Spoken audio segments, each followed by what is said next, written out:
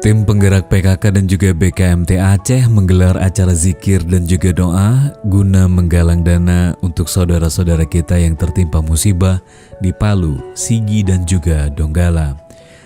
Dalam sambutan PLT Gubernur Aceh Nova Iriansah yang dibacakan oleh Kepala Dinas Pendidikan Daya Provinsi Aceh Usama El Madeni SAGMM mengatakan bahwa 14 tahun yang lalu kita pernah tertimpa musibah dan banyak yang membantu kita, dan kini saatnya kita membantu orang lain, terutama untuk saudara-saudara kita di Palu, Sigi dan juga Donggala yang kini tertimpa musibah gempa, tsunami dan likuifaksi. Pada malam itu juga dia RT Idawati yang sekaligus sebagai Ketua BKMT Aceh menyerahkan langsung bantuan untuk saudara-saudara kita di Palu, Sigi dan Donggala yang diserahkan kepada tim ACT Aceh untuk diteruskan kepada mereka di sana.